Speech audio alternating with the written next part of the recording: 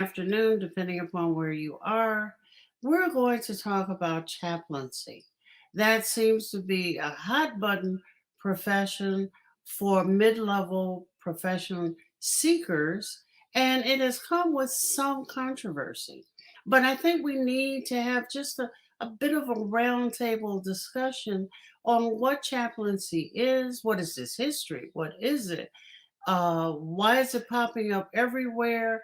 What are all these seminaries? What are people learning? And what we think about it in general. So this evening, I have Imam Frederick Zafir al Din, who is what we'll say a slightly older chaplain, way back when in the day. No, I'm not going to say John Wayne. In the day when there were very few Muslim and especially African American Muslim chaplains in a federal bureau, and also Imam Abdul Malik Merchant, who is a new arrival to that kind of scene. But he's also an imam, and both of these men are imams, and that gives us a chance to talk about the chaplain and the imam. Oh, that sounds like the title of a book. Welcome. Salam alaikum. Thank both of you for Walaikum salam wa rahmatullahi wa barakatuhu. putting up with me again in such a short time. And Mr. Blessed and highly favored. Is it blessed and highly favored? Hey, I told you I was going to get it for the end of the course. Abdul Malik and I happen to be in a Black psychology intensive, and I've been working on this phrase for 3 weeks now, but I think I got it. I think I got it. So let me start off with, chaplaincy is a very specialized, uh, I want to say, kind of care profession with its own history, beginning in the Catholic Church, but also I think extending to the Protestant churches, since there are over 900 denominations of Protestant Christianity. So I thought we would kind of start there and talk about what is this history of chaplaincy. Either of you can go first. Well, the history of the chaplaincy is rooted in Christianity, a Christian tradition of mythology, and has as its basis concept of shepherd tending flocks of domesticated animals or domestic animals, sheep typically.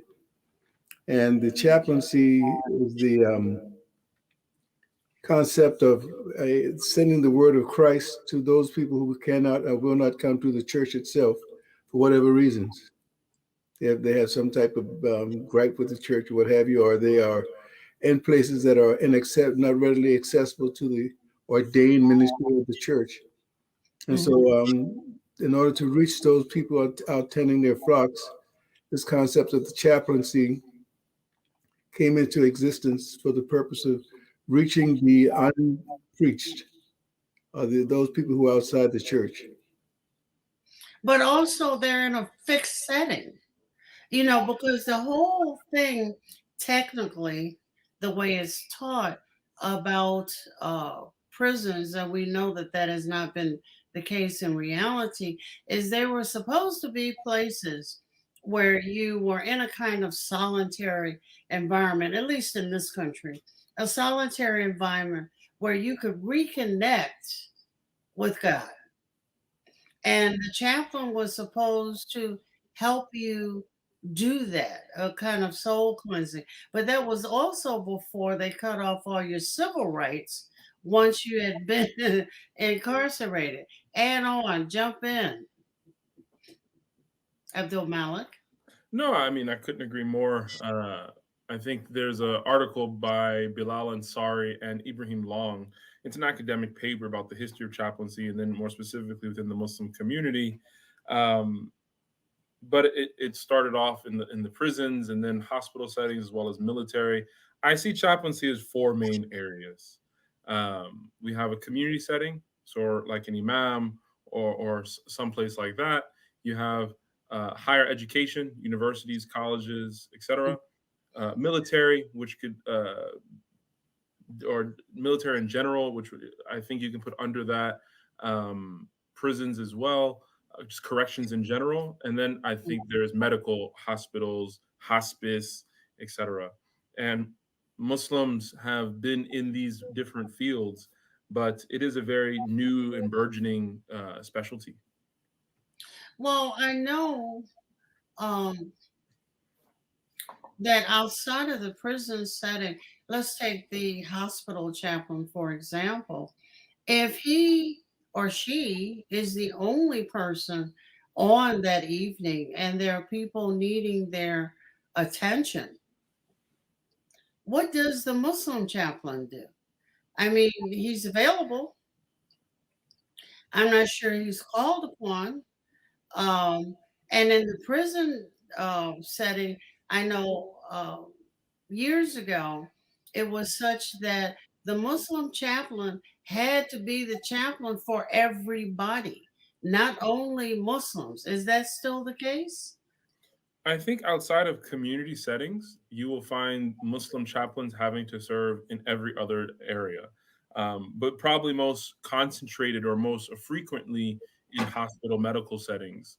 If you're on call, then you're the one who is on call. Sometimes you're the only one on call. But Hmm. I think with hospital chaplaincy specifically, you generally have to go through CPE, clinical pastoral education, and Hmm. that gives you a base foundational understanding of how to serve in different contexts or different traditions as well. What can you say what CPE is?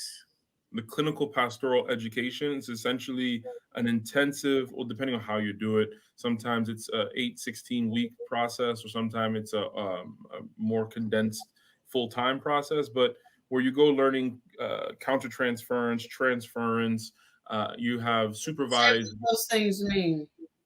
Countertransference is a very technical term that comes out of the psychoanalytical field that has to do with the so transference. We have to understand that first. Transference is when the effect of the chaplain sort of transfers onto or not the chaplain, the clinician transfers onto the patient. So the patient has let's just be very general and say, I don't know, father issues, or they've gone through some abuse with the father, then they end up transferring that energy onto, or those emotions onto the chaplain. Counter transference is the opposite. The emotions, the feelings, the experiences of the chaplain then getting back or affecting the person who's receiving the care, or the client, if you will. And so an example of that is I was raised by a single independent African American mom.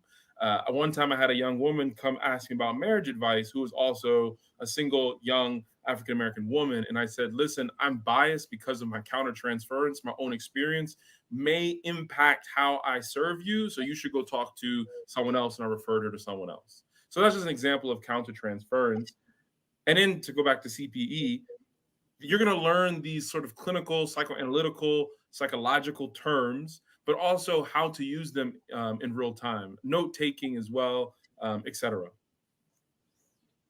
That And was in that you hear the concept of taking on the suffering of others, and this concept of transference, which is a um, fundamentally Christian concept, that you take on the pain of others. And I remember the Catholic chaplains with whom I worked at USP Leavenworth were very avid about that concept of they were there to take on the pain, the whelps, the stripes of the people they served. And this well, represents and the stripes. the beating with the whip, as supposedly occurred when the Christ was marched to the mount to be crucified. It's Really? the taking on the suffering of the inmates. And I'm pointing this out to point out one of the issue areas in chaplaincy training and rooted or based in seminaries is this component of Christian tradition. How are Muslims to look at that or to deal with that? Well, that's a good question. I'm glad both of you are leading me into that. I'm still with the transference, and now I'm with the whelps and the stripes, and I don't know if I like any of it. But how is there in Islamic philosophy or law a series of concepts of what one is to do with the prisoner. Can you clarify that a bit more? What do you mean what one is to do? What are you supposed to do when people in Muslim countries go to prison? What are your duties to them? Because there are no chaplains, but what are your duties to them? And what are they to expect from you? For me, when I served in a jail setting, but also when I volunteered in prisons, the duties are no different. You have two sets of duties. You have your professional duties that are restricted to the organization that you work for. And those restrictions, for example, once an inmate were to leave the jail or the prison, I am not allowed to continue or maintain contact with them. So, like, those are certain things that we could talk about as well. But then there are like the religious expectations or duties. And I think those are no different than a community setting. Our job is to serve them and depending on the needs of the institution we're in, as well as the men and women that we're serving, that's how we're going to serve. Okay, but what does Islam say? Or have Muslim jurists or philosophers said anything? Let me first approach that question this way. When I served as a provost marshal, chief of police for American forces in Ethiopia, the prisoners in the city of Asmara and Amhara, in the jails there, if the family of the prisoner didn't come and bring them food and clothing, they sometimes didn't get food and clothing. So in the Muslim families that I observed, it was a duty of the family members to ensure to come and be good Muslims in the prison setting for their relatives, and also to bring food and what have you. Okay, so there is. Now, with regards to So what you're telling me is that in the Western sphere, gentlemen, correct me if I'm wrong, which is more likely than not.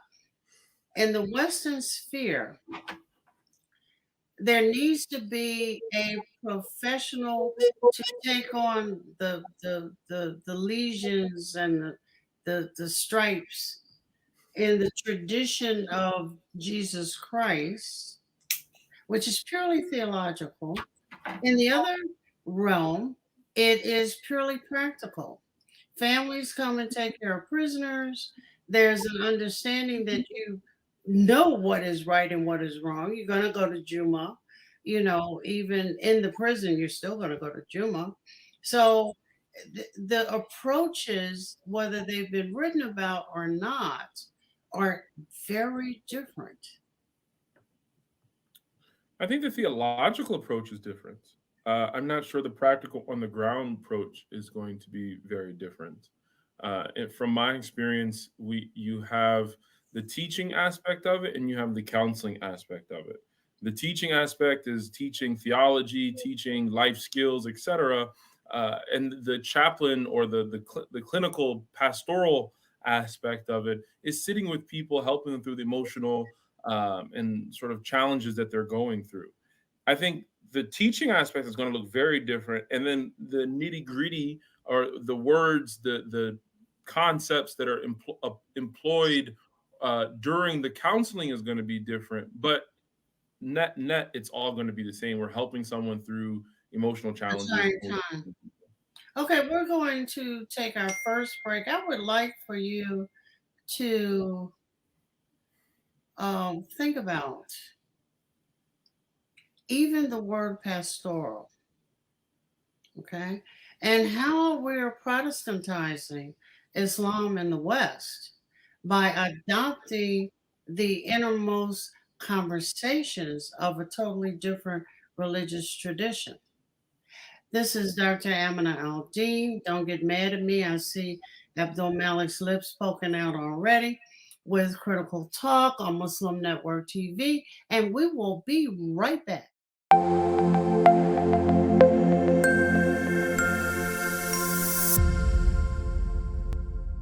Billboards are popping up all over the country with an Our neighbors don't realize that Muslims are absolutely opposed to ISIS. Salam. My name is Abdul Malik Mujahid. I'm an Imam in Chicago. 16 shots! No me! No justice! No me! So how do we bring up the energy which can really have an impact on the world? You need to build bridges of understanding among people, and we need to have America moving forward. That lesson learned have brought the strength of humanity to America, which is the diversity. Mujahid Talks, only on Muslim Network TV. Faithfully connected.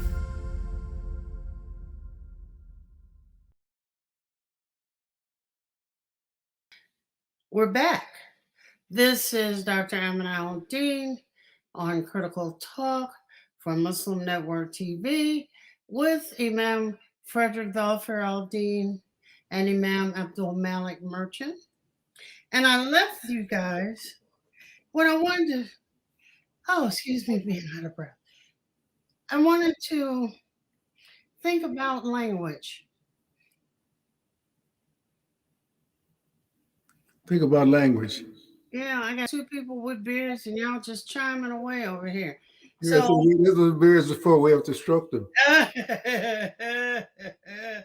Let me throw this out just to give you add to some perspective. The Christ was supposed to, on the way to the mount to be crucified, have had a robe or a cape thrown over his shoulders, and people take that in the church, some aspects of the Christian church, as a sign of his head, being the head of the church or the leader of the ministry. This word chaplain comes from the old French capel, and the place where chaplains work, the capellani, or the chapel. So this concept of the chaplain is filled with this idea of the office of a representative of the office of the ordained minister going out into the field to service the sheep. So I just want to, for the language component, I just want to throw that out there to start. Abdul Malik? The article that I mentioned earlier on Islamic or Muslim chaplaincy by Bilal Ansari and Ibrahim Long. Can you type that in the so that Shardil can pick it up?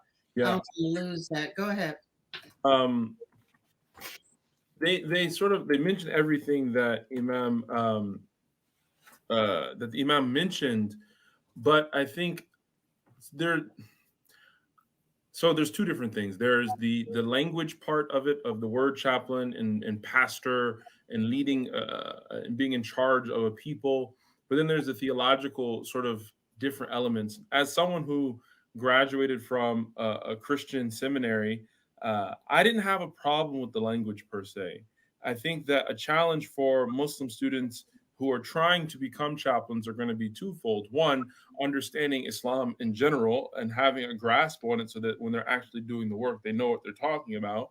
And then two, if you're in a Christian seminary, being able to understand and be flexible enough to work with whatever you're being given and then put it into a context that's appropriate for us as Muslims.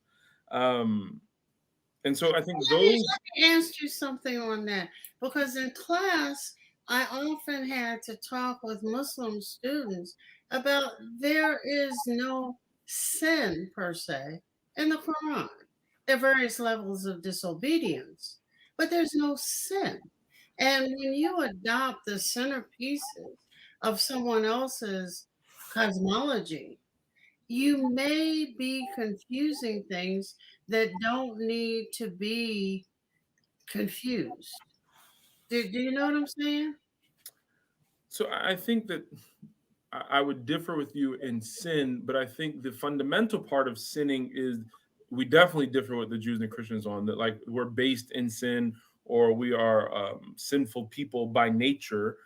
We don't believe that the fall of Adam and Eve, may Allah be pleased with them both, has damned us as a people. And I think that as well is challenging for people to understand. Well, I'm sorry, go ahead. Hold on to the article that the Imam mentioned by Ansari. I'm glad to hear that my research has led me to some of the outcomes that they came up with. But this concept of sin, I think I just want to make a controversial point on that.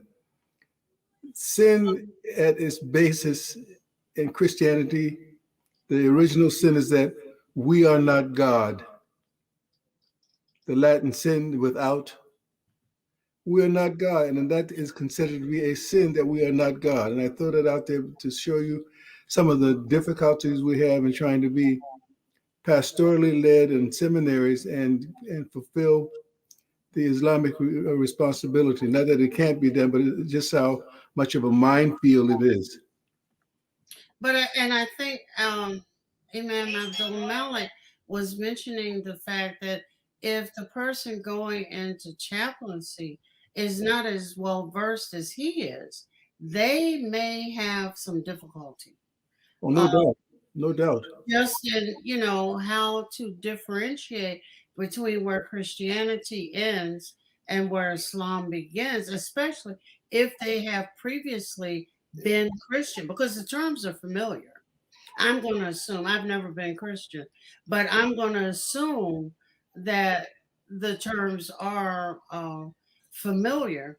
But let me switch gears a little bit. Talk a little bit about the difference between the Imam and the chaplain. The pandemic was an exciting time for Muslim women. And I mean, there were why are you smiling? There were webinars and everything else all over the place. And women were talking about, oh my God, I don't have to be in the back of something or in another room or in another building. I can actually listen to, talk with, for some women, it was give the khutbah. For other women, they decide, no, I don't want to do a khutbah, but I want to do a talk and we can reflect on it together. Just loads and loads of opportunity. But immediately the issue arose, the Imam can be a post-puberty male leading a congregation of fully grown, learned women and not know as much as they know. And because of his maleness, be put in charge. One question. Second question, the difference between an imam and a chaplain. So when we're talking about imam, it only translates to be the leader, right? And the only things that are specific to males from imam perspective in classical or traditional Islamic jurisprudence would be leading of the prayer and giving of the khutbah, which could fall under leading the prayer. Right. Everything else is up for grabs. Teaching, lectures, leading in supplications, praying, counseling, etc. There's no gender specificity there. I mean, there's cultural nuances that you could probably argue. You could argue there's perhaps a modesty of there. Some men may not feel comfortable sitting a woman because I don't know whatever their issues are, or vice versa. I've heard all of that. But fundamentally, the only thing that would differentiate would be the prayer in traditional understanding of it. And so when we're talking about the difference between imam and a chaplain, I personally don't see a difference because you're outside of leading the prayer, the role is exactly the same. But suppose you're a man, a young man. So that's what I was 19 years old, leading a group of women who are scholars of Islam. So that would be my second point, that has nothing to do with gender. That has to do with stupidity on the person who got appointed to do that. If you're, let's say, a 16-year-old young man who is still in high school leading a community, we're not talking about just a prayer, like your job is to lead the community of, people who have studied both traditionally and secularly, have extended time, like shut up and sit back. I mean, that's a different conversation. Mm-hmm. And that's a shame and a problem on behalf of the community, who would put someone that would challenge the young man with that obligation, but as well as challenge the community with that responsibility. And so for me, that's not a gender issue. That's a stupid administrative issue and an ignorance on the behalf of the young man who's jumped out there. And so one of the beautiful things of chaplaincy is that it gives an official role that women can withhold that is uncontested because of how new it is, but also because it doesn't always require the leading of prayer. Alhamdulillah, in some of the larger masajid in America, we're starting to see women have roles. Ustad Aisha Prime at Dal Hijra, and others. Those are just some that come to like heads of women departments and teach and do all the essentially are female imams. But chaplaincy is that really niche area that women are able to thrive in professionally. I think one of the issues that has to be resolved before we can ever get past this kind of concern is dealing with this issue of Adam and Hua, or Adam and Eve, and the understanding that because of what she did in giving him the apple, every woman suffers the oppression of misogyny ever since. And that is one thing we have to look at, because the Quran tells us that Adam and that with which he was paired were told that their place of existence was supposed to be the earth. And when we look at this word zawj, it's traditionally described or defined as Eve even by Muslims. But the word zawj means to be paired with something. And if Adam was not paired with Hua, if that's not the reference, what else was Adam paired with? What else was made a part of him? And the only other thing you see in that section of the Quran is that he was paired with knowledge. And I like to believe that it is knowledge improperly used or poorly understood that causes man to slip, rather than the generic female.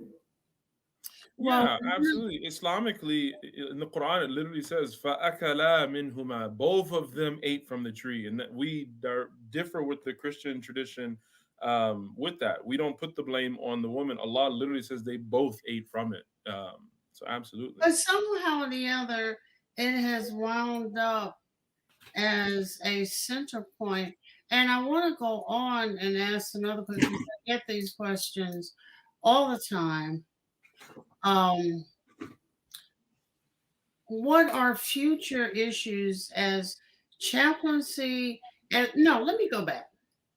Let me ask a question about these seminaries who have taken on the role, Christian seminaries, of course, have taken on the role of teaching everybody else how to be chaplains in their faith. Some of them are seminaries sitting at the divinity school in a major university. Others of them are detached and sitting alone with scholars that we don't really know about. What are your thoughts? We have Bayan, which was a seminary experience by itself, right? Who brought its teachers to Bayan in California. And then it teams up with a Christian seminary in Chicago. We have Chicago Divinity, which is more of an academically geared kind of institution with known Muslim scholars teaching about Islam. We have Hartford Seminary. We have the younger, well, I don't know if it's younger than Bayan in Chicago, seminary started by Muslims. I think it's in Texas, the Islamic something or the other. The Islamic Seminary with Jimmy Jones and some other people in Texas. And I'm sure there are others on the precipice of coming into being. And the accreditation qualifications for a seminary are very different than that of a divinity school inside of a university. So what are we to make of all of this? So to just take a step back, I see 2 or 3 different types of seminaries. You have Islamic traditional seminaries where you're sitting with Islamic scholars and learning Islam somewhat of a traditional way. Then you have Christian seminaries or Christian schools that are just generally going to be exclusively Christian or ecumenical. And then you're going to have the hybrid approach where, like Bayan, Muslim seminaries are trying to partner with non-Muslim seminaries, or like Boston Islamic Seminary, which is an independent Islamic seminary that has been able to get accreditation.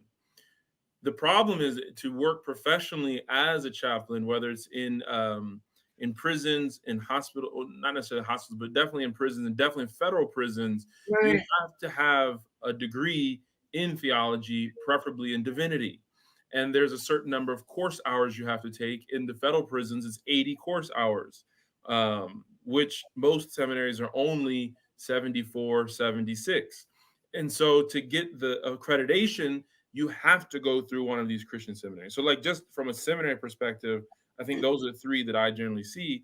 My issue is, if you go to a Christian seminary, exclusively Christian or ecumenical secular seminary, you're not going to get the theological training that is really required in order for you to serve pastorally or clinically on a counseling basis to the people that you're serving. You're just not going to have it there. You can learn general cognitive behavioral therapy, CBT, to help people with their problems, but you're not going to be able to pull from our rich tradition to get to serve that way. The opposite, if you go to an Islamic seminary, you may not have the clinical skills needed to serve pastorally, or the accreditation. And so we have this challenge, and it's upon the person going to school knowing what they're getting into. I had a sister that was in class with me. I was the only Muslim I went to BU, Boston University School of Theology. I was the only Muslim the entire 3 years that I was there. One sister came in for one semester thinking that it was a traditional seminary, that she was going to have Muslim teachers going to go through theology and jurisprudence with her, and she dropped out. Then you have places like Harvard that have Muslim professors, and you can have academic classes, but it's not going to be like a traditional seminary like Qalam or Dar al-Qasim or otherwise. It's a very, well, the challenge is not I mean, it's not a mountain. It might be a hill. But I think we ought to seriously look at the challenge. We've come up on what break are we on? Second or third? Second. Okay. Well, it's time. And I want to leave us with that. And one of the things that we're doing in the Black Psychology Intensive is talking about dreams and community. And I want to bring this, Imam Frederick has heard some of it, back to our dream and how we're going to move to make the dream come through. And I was struck by something, for those of you listening who listened last week. Abdul Malik said that one of the things our community lack, and we got to get about doing, is love. But I want to problematize that. This is Dr. Amina Al-Din. This is Critical Talk, and we're talking everything about chaplaincy with Imam Frederick Dhafar Al-Din and Imam Abdul Malik Merchant. We'll be right back.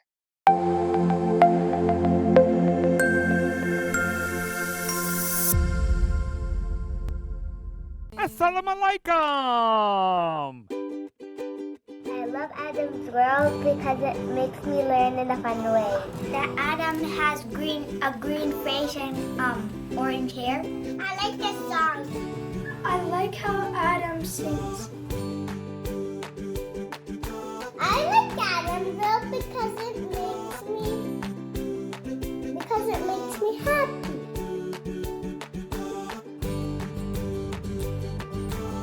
What? No.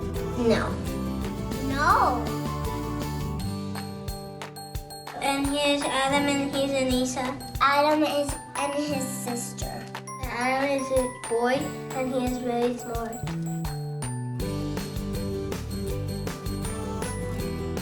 Download the new Adam's World app at adamsworldapp.com and let's help tomorrow's Muslims today.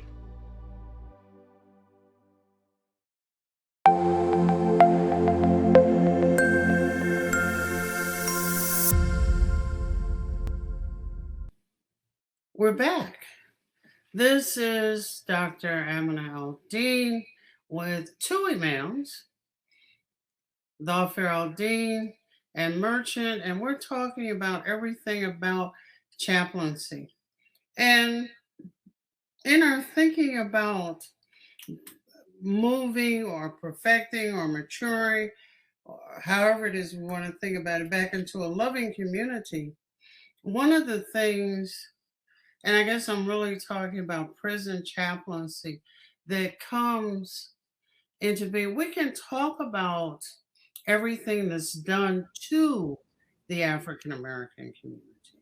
What we don't talk about is what we need to do in our own community that prevents this groundswell of Black folk in prison. Some of them need to be there, some of them don't. And it's proven time and time again that those, I mean, it's just they're in there too darn long for it to come, to knowledge that, oh, you did. I'm reading the chat. That we have to think about chaplaincy is a result of a need, of a result of some level of aberrant behavior. Okay. Sometimes it's murder. Sometimes I just happen to be rolling with my bro and we got caught, or somebody else was doing something. I just happened to be in the vicinity. Whatever it is. How do we how do we make a part of our directed pastoral, or whatever we're going to call it, care, instilling, bringing back, reacquainting people with the necessity of love in a community?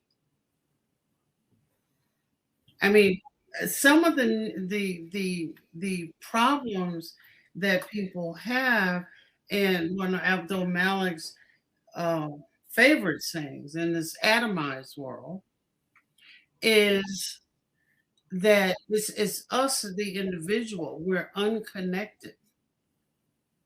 And so how do we as Muslims reconnect for some, connect for the first time for others? How does the chaplain deal with those things and the multiplicity of Muslim communities in the prison system, African American Muslim communities?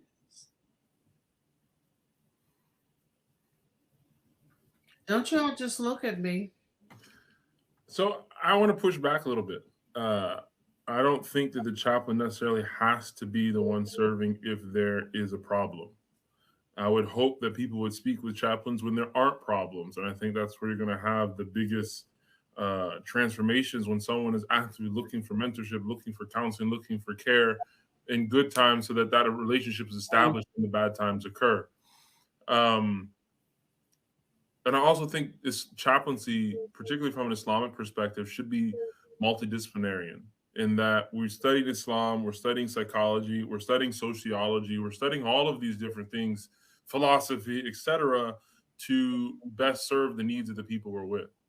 I tend to be a bit of a pragmatist and sort of micro focus. So I just want to focus on how can I serve the people that are directly in front of me, and fixing the larger issues becomes anxiety inducing. But definitely instilling the love in those people, which has to start with them loving themselves, helping people. I sat with a young woman one time. It was in a transitional housing, and she had never been loved. If I were to tell you her story, we'd all be in tears right now. Just abused from child on up, nonstop. And when I told her that God loved her, she broke down. She'd never been told before that she was loved by anyone. And so by giving her that, I mean, I don't know what happened. She left a few weeks later, about a month later, and of course we couldn't keep in contact. I don't know what happened, but seeing that for someone who has not only those emotional and trauma in their past, but it really uplifted her to hear that she was loved. And I think that is the first step to, as the famous statement goes, whoever knows themselves knows God. So like helping people know themselves, love themselves, and then we can talk about other types of love and overcoming challenges. Yeah, I can see because you read about it in the papers where young people are just, I mean, as young people they're abused and the abuse just continues ad nauseum. But well, how then does the chaplain take his or her skills back into the community? Because those skills are a little bit wider than the role of the imam. I think that I think I would argue those skill sets, if done properly, could be better than a traditional imam, in the sense that the tools are there. You have the bare tools that are required to help people. Now, if we're looking for a jurist or a mufti, then that's a specific role. We need scholarship who can answer jurisprudence problems, but 90, 85% of the problems that you're going to be are going to be marital, emotional, communal, societal, etc. And then also being able to be relevant and connect with the people so that they're able to be enriched and whatnot. And so I would assume, like, for example, I worked at Tufts, voted one of the most inclusive universities in the country. I served agnostic trans students. I served Catholic. Yeah, I mean, did you tell Dave Chappelle that there was an agnostic trans student? An agnostic trans student who sought me out multiple times for pastoral care. Get out of here. Yeah, multiple. After I left Tufts, they reached out to someone else, asked for my number. Could we stay in touch? And that just shows the human element of chaplains and the ability to connect with people in a deep way. I mean, I don't think I did anything special. That, you know, that's Allah's grace and mercy. But a traditionally trained imam is not going to have that exposure. Or that tolerance. Yeah. But you know, on the other end, I was doing a piece of research in the Federal Bureau of Prisons a while ago, and I have to admit, at Marion, the door shut and it got quiet and the colors were drab and I was freaking out all over the place. And I had correspondence sent surveys to Muslim prisoners. And I saw the slick and unworthy.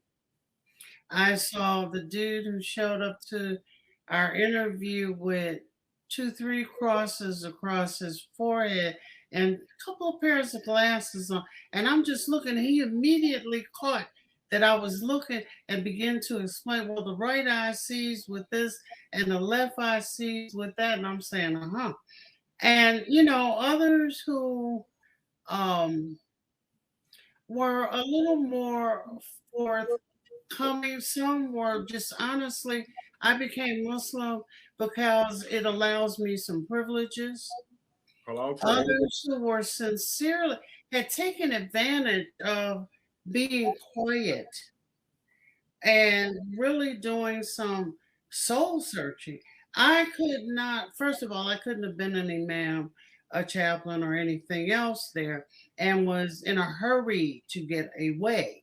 I mean, a serious hurry to get away. And, you know, I was saying to my family, if I ever got a thought like that again, just knock me out. But it seems as though we have some of those things in our communities. They just haven't been caught doing anything to get locked up for it yet. And if we could bring the aspects of those skills back to the community, we would help in our maturation process and move us more, even more firmly toward a healthy community. What do you think, guys? I think the skills that they can be applied effectively and efficiently to the community would be successful and would be of benefit. And I think the one of the things I've always tried to encourage chaplains, imams to do, and masajid to do is to have an office that dealt with things like chaplaincy, especially serving the prisoners. And that whatever prisons or college, scope out a map of their area and prescribe a circle of X number of miles in any direction, and make it a commitment of the masjid to serve the needs of the Muslims and the people in that area, in that circle. And I think if they were to take that approach with the number of masajid we have in most cities, I think it can have an impact properly done that could be discernible in a very short period of time and help solidify the concept of the Islamic community. Okay, well, I know everybody has got to go pray, and two of you have got to lead prayers. So I'm going to give Abdul Malik the last word, and then we're going to salam it out. What was the question? I'm sorry. No, I'm saying the last word on chaplaincy. Chaplaincy is a fascinating subject. Yeah. So if I was to give advice to anyone who's going to be doing chaplaincy, is to figure out what are your goals. I don't think that you need necessarily a large theological base to serve in different settings. It just depends on what setting you want to do. Why do you want to do it? I think the prison system or corrections in general is the hardest. I mean, you're dealing with the most extremes of situations and circumstances.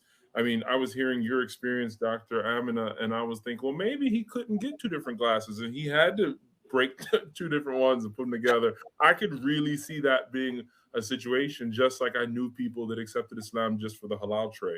And so understanding these different fields require a sort of flexibility, a sort of tolerance, understanding of mental health, and that also are going to have a large toll on you and be formative and transformative on you just as much, if not more, than the people you're serving.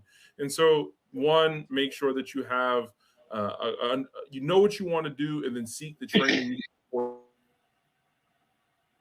that. Self-care, as they say, hurt people. And so that when you do have those heavy days, you already know, I'm going to listen to this music. I'm going to go on that run. I'm going to talk to these people to get what I don't take that home or I don't bring it to other people. Well, I'm going to end with this. From what I see in the rise in suicides and different levels of mental illnesses, I see chaplaincy becoming a kind of different level therapy because we don't have enough therapists to serve. People are, with this ongoing pandemic, in dire need of care.